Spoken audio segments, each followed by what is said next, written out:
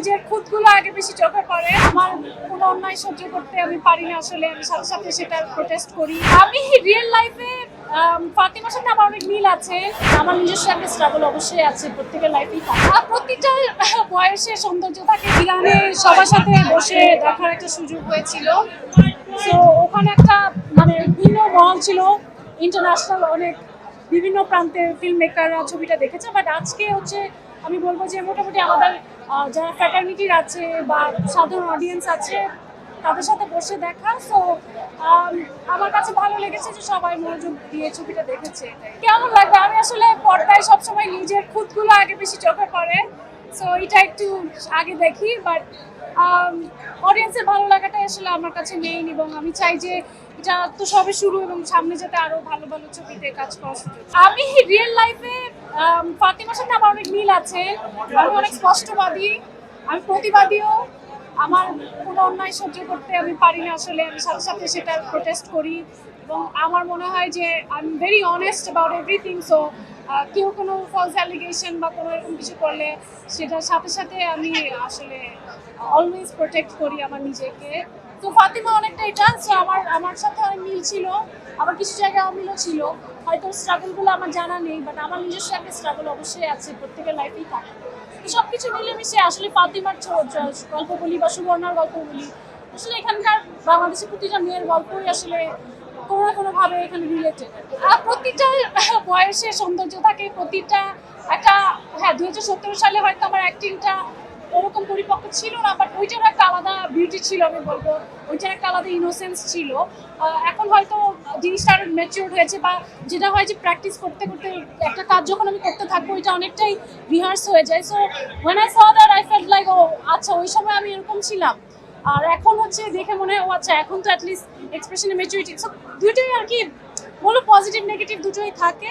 কারণ আমি চাই যে সামনে আরো শেখার শেষ নেই, এবং আমার শেখার অনেক অনেক কিছু বাকি। প্রতিটা জিনিসই তো আসলে আরেকটু ভালো করার সুযোগ থাকে, কারেকশনের সুযোগ থাকে। স্পেশালি আমার পাস্টের যে গল্পটা মানে 1971 সালের, সেখানে তো মানে একদম আমার ফার্স্ট অ্যাক্টিং ওটা। মানে এইটা আমার সবচেয়ে বড় চ্যালেঞ্জ ছিল যে একদম আমার প্রথম ক্যামেরার সামনে দাঁড়িয়ে একটা কাজ করা, এবং 23 সালে যখন শ্যুট করি এতগুলো কাজের পরে একটা ওই দুইটা অ্যাকচুয়ালি ম্যাচ করবে কিনা। সো অবশ্যই পরিবর্তনের অনেক জায়গায় আছে, বাট কিছু করার নেই, সময়ের সাথে সাথে তো পরিবর্তন হয় সব কিছু। আমি তো পাস্টে যে আর কোনো কিছু চেঞ্জ করতে পারবো না, বাট ফিউচারটা চেঞ্জ করতে পারবো। সো ফিউচারটা যত বেটার করা যায়, আরও অ্যাক্টিংয়ের দিক থেকে ডেভেলপমেন্টের আমার অনেক জায়গা বাকি, অনেক সুযোগ আছে। তো সেটা নিয়ে আমি সবসময় আসলে দেখে শিখতে চাই। বাইরে কাজ করার জন্য বলতে এটা তো প্রজেক্ট ওয়াইজ ডিপেন্ড করে।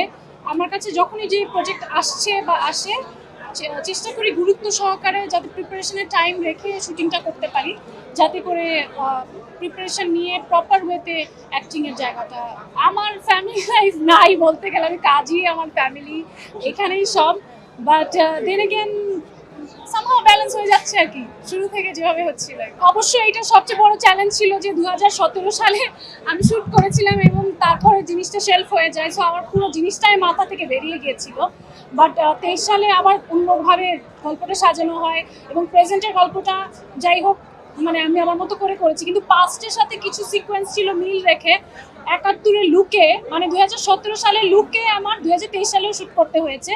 তো আমার সবচেয়ে বড় চ্যালেঞ্জ ছিল যে 17 সালের সাথে 23 সালে এই 5 বছরের ডিফারেন্সে আমার চেহারার পরিবর্তন হবে কিনা, বা অ্যাক্টিংয়ের ওইটা ইচ্ছা করে একটু হয়তো খারাপ অ্যাক্টিং করতে হবে বিকজ ওটার সাথে মিল রেখে।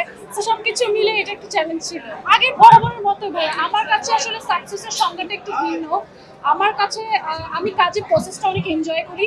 যখন কোনো কাজ করতে থাকি ওই শুটিংয়ের মধ্যেই আসলে আমার মনে হয় কি এটা আমার পারপাস, আমি this is my purpose of life, এবং এই কারণেই হয়তো এই প্রফেশনটা আমি বেছে নিয়েছি। এবং অবশ্যই এন্ড রেজাল্টটা গুরুত্বপূর্ণ, যখন একটা কাজ অডিয়েন্সের ভালো লাগে আবার অবশ্যই আমার ভালো লাগে, বাট সেইটা আমি অনেকক্ষণ বেশি মাথায় রাখি না। আমি মনে করি যে আমার এই কাজটাই লাস্ট কাজ, পরে আমাকে মানুষ আমার প্রথম কাজ হিসেবেই দেখবে, আগের কাজ মানুষ মনে রাখবে না। তো সবসময় আমার কাছে মনে হয় যে প্রাপ্তিটার আনন্দটা কম উপভোগ করি, কিন্তু প্রত্যাশাটা সবসময় বেশি থাকে। হ্যাঁ, এটা তো আমার সাথে মিল পাবে।